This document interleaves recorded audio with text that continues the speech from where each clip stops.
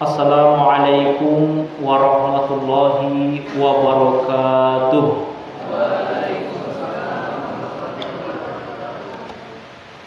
Innal hamdalillah nahmaduhu wa nasta'inuhu wa nastaghfiruhu wa na'udzu billahi min shururi anfusina wa min sayyiati a'malina may yahdihillahu fala mudilla lahu wa may yudlilhu fala hadiyalah. Nashhadu an la ilaha illallah wa nashhadu anna Muhammadan abduhu wa rasuluh alladzi la nabiyya wa la rasula ba'dahu. Amma ba'du. Allahumma shalli wa sallim ala nabiyyina Muhammad sallallahu alaihi wasallam. Fa ya ayyuhal hadirun usikum wa iyaya nafsi bitaqwallah faqad fazal muttaqun. Faqala Allah ta'ala fi kitabihil karim. A'udzu billahi minasyaitonir rajim. Bismillahirrahmanirrahim. Ya ayyuhalladzina amanu taqullaha haqqa tuqatih wa la tamutunna illa wa antum muslimun. Wa qala Nabi sallallahu alaihi wasallam ittaqullaha haitsuma kunta wa atbi'is sayyi'atil hasanata tamhuha wa khaliqin nas bi khuluqin hasanin. Sadaqallahul azim wa sadaqa rasulun nabiyil karim. Kembali kita bersyukur atas kehadiran Allah Subhanahu wa taala dengan kalimat tahmid. Alhamdulillah atas segala limpahan rahmat, nikmat dan karunia dari Allah sehingga kita dapat melangkahkan kaki, mengayunkan tangan untuk menunaikan ubudiyah kita selaku umat Islam, yakni salat Jumat berjamaah. Semoga setiap langkah kaki yang kita arahkan pada tempat ini akan dicatat sebagai amal soleh dan pemberat amal kebaikan di alam akhirat kelak. Amin amin ya rabbal alamin. Salawat dan salam tak lupa dan tak bosan-bosannya kita doakan semoga selalu tercurah kepada junjungan kita Khatimul Anbiya wal Mursalin, penutup para nabi dan rasul, Nabi Muhammad sallallahu alaihi wasallam, yang telah merubah pola fikir umat terdahulu dari gelapnya zaman jahiliyah menuju terangnya zaman nur Islamiyah seperti yang kita rasakan pada saat sekarang ini. Masyaallah muslimin sidang jamaah Jumat rahimakumullah. Pada kesempatan yang mulia ini izinkan khotib untuk berwasiat kepada diri khotib pribadi khususnya dan kepada para jamaah umumnya. Marilah kita terus meningkatkan keimanan ketakwaan kita kepada Allah Subhanahu wa taala dengan cara menjalani semua yang diperintahkan Allah dan meninggalkan semua yang dilarang oleh Allah Subhanahu wa taala. Itulah hakikat dari ketakwaan yang kita harapkan bersama. Masyaallah muslimin sidang jamaah Jumat rahimakumullah. Pada kesempatan ini kita akan mengangkat tema keutamaan menuntut ilmu. Jamaah yang bukan Allah Subhanahu wa taala, sebelumnya perlu kita pahami bersama bahwasanya apa itu ilmu. Dari segi bahasa, ilmu adalah idraku syai' ala haqiqatihi. Ilmu itu adalah mengetahui sesuatu tentang hakikatnya. Adapun dari segi istilah dikatakan faqad qala ba'du ahlul ilmi huwa al-ma'rifah wa huwa diddul jahal. Maka sungguh telah berkata di antara ahli ilmu bahwa ilmu itu adalah sebuah pengetahuan dan ia merupakan lawan dari kebodohan. Jamaah yang bukan Allah Subhanahu wa taala, maka dalam kesempatan ini perlu kita ketahui kiranya bahwa banyak keutamaan dari menuntut ilmu dan ilmu itu sendiri.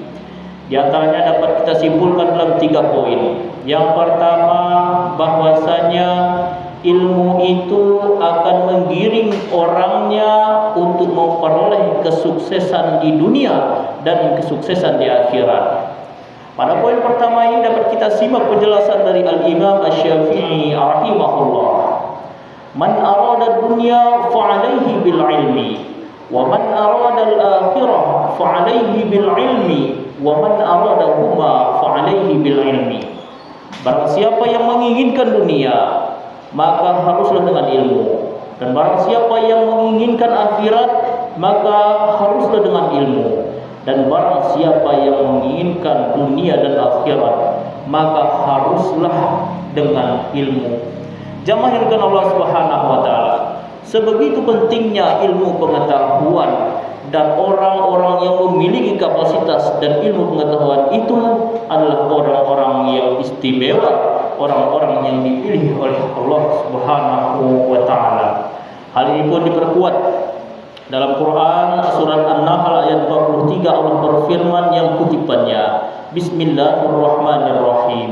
Fas'alu ahla dzikri in kuntum la ta'lamun. Sadaqallahul azim. Maka bertanyalah kepada orang yang memiliki pengetahuan apabila kalian tidak memiliki pengetahuan. Dari kutipan ayat tersebut dapat kita pahami bahwasanya orang yang memiliki pengetahuan, orang yang memiliki ilmu, walaupun usianya masih muda, walaupun tubuhnya kecil, maka ia akan tetap menjadi rujukan. Ia akan tetap menjadi skala prioritas untuk didahulukan selangkah dan ditinggikan seranting. Inilah kemungkinan atau peluang yang akan dimiliki oleh orang-orang yang memiliki ilmu pengetahuan. Masyaallah muslimin sidang jamaah Jumat rahimakumullah. Dan sebaliknya, ada sebuah konsekuensi yang harus diterima bagi mereka yang tak memposisikan orang yang berilmu pada posisi yang seharusnya. Hal ini dapat kita simak dalam hadis dari riwayat Bukhari, dikatakan, "Idza wusidal amru ila ghairi ahlihi fantaziris sa'ah." Jika suatu perkara diberikan kepada orang yang bukan ahlinya, maka tunggulah kehancuran perkara tersebut. Masyaallah muslimin sidang jamaah Jumat rahimakumullah. Maka dari itu kiranya kita perlu memahami bahwasanya maksud dan tujuan dari poin yang pertama ini, khususnya yang disampaikan oleh Al-Imam Asy-Syafi'i rahimahullah, bahwasanya hendaklah kita menjalani kehidupan ini seimbang antara dunia dan akhirat, sesuai dengan ungkapan i'mal lid-dunya ka'annaka ta'ishu abada wa'mal li akhiratika ka'annaka tamutu ghada. Berbuatlah untuk duniamu seakan-akan engkau akan hidup selamanya, dan berbuatlah untuk akhiratmu seakan-akan engkau akan wafat esok hari. Kaum muslimin sidang jamaah Jumat rahimakumullah. Kemudian keutamaan yang kedua adalah orang yang memiliki ilmu pengetahuan, ia akan diangkat derajatnya oleh Allah Subhanahu wa taala. Hal ini dapat kita simak dari penjelasan kutipan Quran surat Al-Mujadilah ayat 11. Allah berfirman, Bismillahirrahmanirrahim. Yarfa'illahu alladhina amanu minkum walladhina utul ilma darajat. Sadaqallahul azim. Allah akan mengangkat derajat orang-orang yang beriman dan orang-orang yang berilmu di antara kalian dengan beberapa derajat. Jamaah yang dimuliakan Allah Subhanahu wa taala, kutipan ayat tersebut menjelaskan kepada kita bahwasanya ini adalah redaksi yang tepat. Allah memposisikan orang yang berilmu setelah orang yang beriman.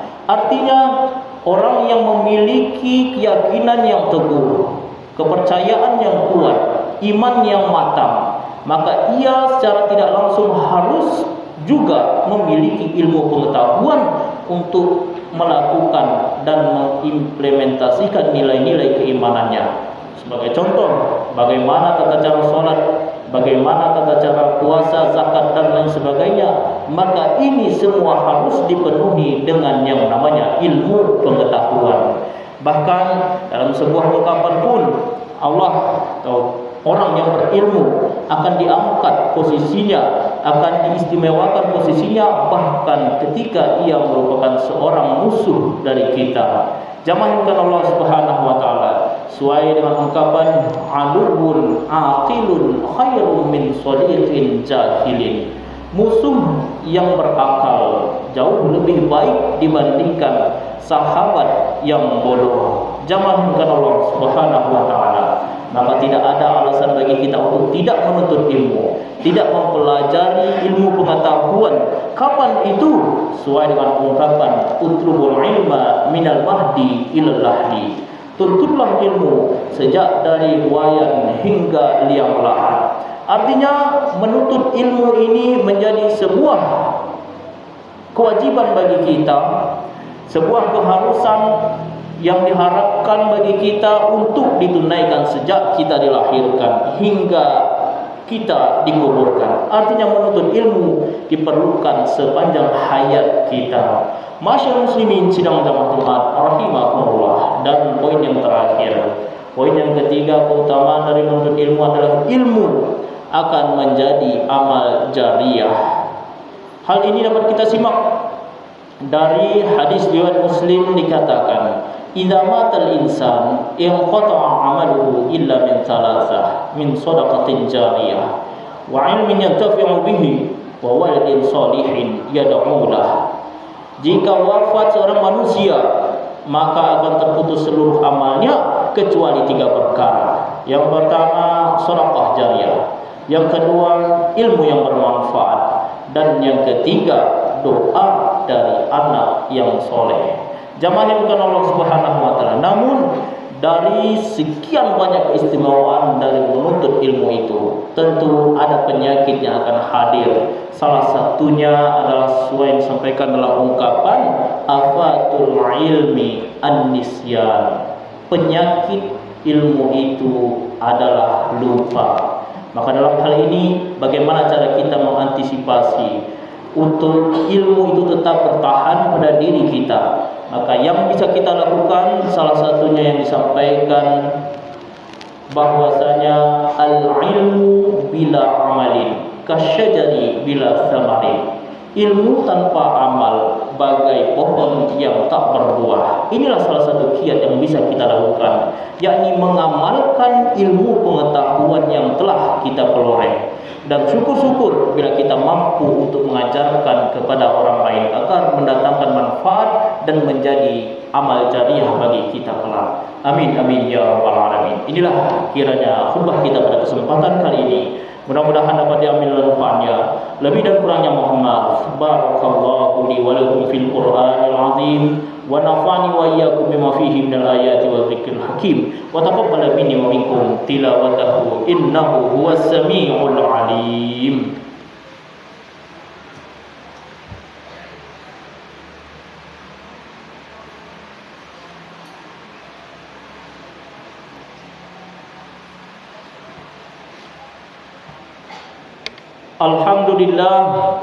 Alhamdulillahilladzi ja'ala asy-syamsa diya'an wal qamara nuran wa qaddarahu manazila ta'lamu 'adada as-sinina wal hisab. Nashhadu an la ilaha illallah wa nashhadu anna Muhammadan 'abduhu wa rasuluhu alladzi la nabiyya wa la rasula ba'dahu, amma ba'du. Faya ayyuhal hadirun, usikum wa iyaya nafsi bitaqwallah, faqad fazal muttaqun. Faqala Allah Ta'ala fi kitabihil karim, a'udzu billahi minasyaitonir rajim. Bismillahirrahmanirrahim. Ya ayyuhalladzina amanu taqullaha haqqa tuqatih wa la tamutunna illa wa antum muslimun. Wa qala aidan, innallaha wa malaikatahu yusholluna 'alan nabi. Ya ayyuhalladzina amanu sallu 'alaihi wa sallimu taslima. Allahumma salli ala Muhammad wa ala ali Muhammad kama shallaita ala Ibrahim wa ala ali Ibrahim wa barik ala Muhammad wa ala ali Muhammad kama barakta ala Ibrahim wa ala ali Ibrahim fil alamin innaka Hamidum Majid. Allahumma ighfir lil muslimina wal muslimat wal mu'minina wal mu'minat al ahya'i minhum wal amwat. Innaka ya maulana sami'un qaribun mujibud da'wat wa ya qadiyal hajat. Rabbana la tu'akhidna in nasina aw akhtana. Rabbana wa la tahmil 'alaina isran kama hamaltahu 'ala alladhina min qablina. Rabbana wa la tuhammilna ma la taqata lana bih. Wa'fu 'anna waghfir lana warhamna anta maulana fansurna 'alal qaumil kafirin. Rabbana atina fid dunya hasanah wa fil akhirati hasanah wa qina 'adzaban nar. Ibadallah, innallaha ya'muru bil 'adli wal ihsan wa ita'i dzil qurba wa yanha 'anil fahsya'i wal munkari wal baghi يعظكم لعلكم تذكرون فاذكروا الله العظيم يذكركم واشكروه على نعمه يزدكم ولذكر الله أكبر وأقم الصلاة